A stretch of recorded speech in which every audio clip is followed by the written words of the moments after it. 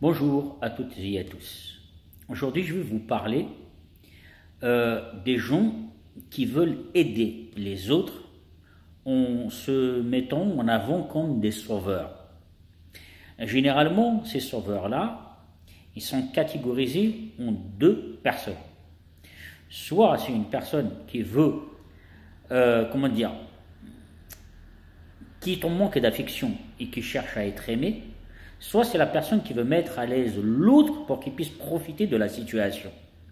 Donc, maintenant, on ne va pas parler de la personne qui se met en mode sauveur, mais on va parler justement de la personne qui a subi des problèmes liés à son passé. Que ce soit tromperie, que ce soit adultère, que ce soit violence psychologique ou physique, peu importe. Ces personnes-là, ils sont beaucoup dans l'hésitation, dans la méfiance. Parfois même, ils rentrent dans la paranoïa. Quand ils vont rencontrer quelqu'un, ils vont avoir du mal à se mettre avec cette personne.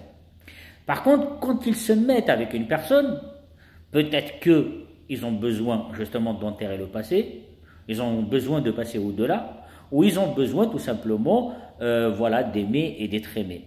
Sauf que, dans leur situation, ils ne savent pas ce que veut dire aimer ou être aimé. Ils cherchent tout simplement à fuir leur passé qu'ils n'ont pas pu accepter, ou c'est un passé qui est vraiment inacceptable. Donc la personne avec qui ils vont tomber, l'autre va se porter comme sauveur. Il va se dire, tiens, je vais aider cette personne à oublier son passé. Au retour, moi je veux aimer et être aimé, et que cette personne peut-être va m'aimer à son tour parce que je l'ai aidé. Sachez une chose, que c'est la plus grande erreur qu'on fait quand on essaye d'aider une personne en situation de difficulté.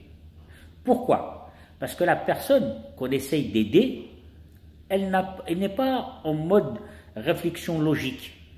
Elle est en mode fuite. Elle fuit son passé. Donc, la plupart de ces relations n'aboutissent pas. Pourquoi ils n'aboutissent pas? Parce que tout simplement, la personne qui fuit son passé, le jour où elle va réellement accepter son passé, elle va se poser la question, cette personne avec qui je suis maintenant, est-ce que réellement c'est elle qui me convient? C'est vrai qu'elle m'a aidé, mais je ne ressens absolument rien.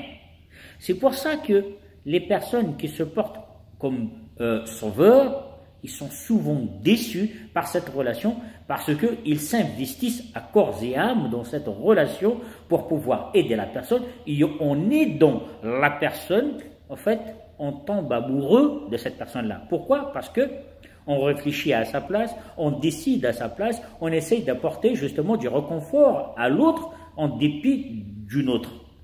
Et donc, moi je vais vous dire une chose. N'acceptez jamais une relation amoureuse avec une personne qui a subi des difficultés liées à son passé. Parce que dans la période où il est en difficulté, il n'a pas vraiment toutes ses facultés physiques et mentales pour pouvoir planifier une relation sincère et sérieuse. Pourquoi? Parce qu'il est toujours dans la méfiance. Alors on peut dire que quelque part, il est dans un monde, en fait, il est perdu dans l'espace-temps. Donc il vit ce qu'il a vécu, mais il vit en plus ce qu'il est en train de vivre avec l'autre personne. Donc de départ, la personne, la victime en quelque sorte, va se dire, tiens, j'ai une personne qui essaye de m'aider au maximum, donc il y a un petit attachement, parce qu'il y a de la réciprocité, sauf que l'autre qui est en face, qui se porte comme sauveur, lui, il va se dire, tiens, je vais l'aider, je vais lui montrer que je suis là pour elle, au moment où elle a vraiment besoin, et je suis sûr et certain qu'au retour, elle va m'aimer. Non.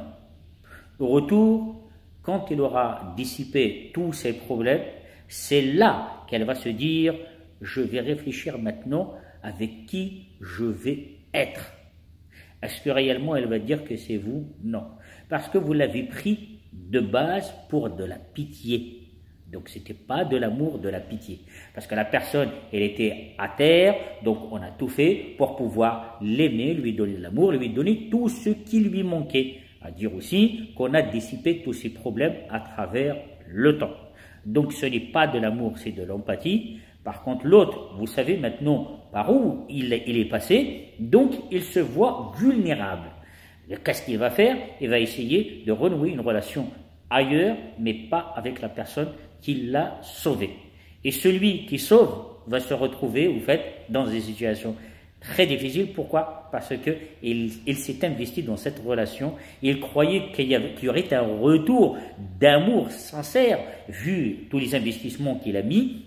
Et finalement, vous faites, il n'a pas tout ça. Donc faites attention à ça. Je vous donne un exemple qui est très simple pour clôturer cette vidéo. Vous voyez les personnes qui divorcent. Pendant qu'ils vivent ensemble, le couple vit ensemble, ils ne s'entendent pas. Chacun de son côté, chacun veut avoir raison. Quand ils vont se séparer, ils vont se dire, tiens, lui, il verra qu'il va tourner en rond, il va revenir jusqu'à moi. L'autre va dire aussi la même chose. Tiens, il va tourner en rond, il va revenir jusqu'à moi. Finalement, il n'y a personne qui va retourner à l'autre parce qu'il y a de l'orgueil.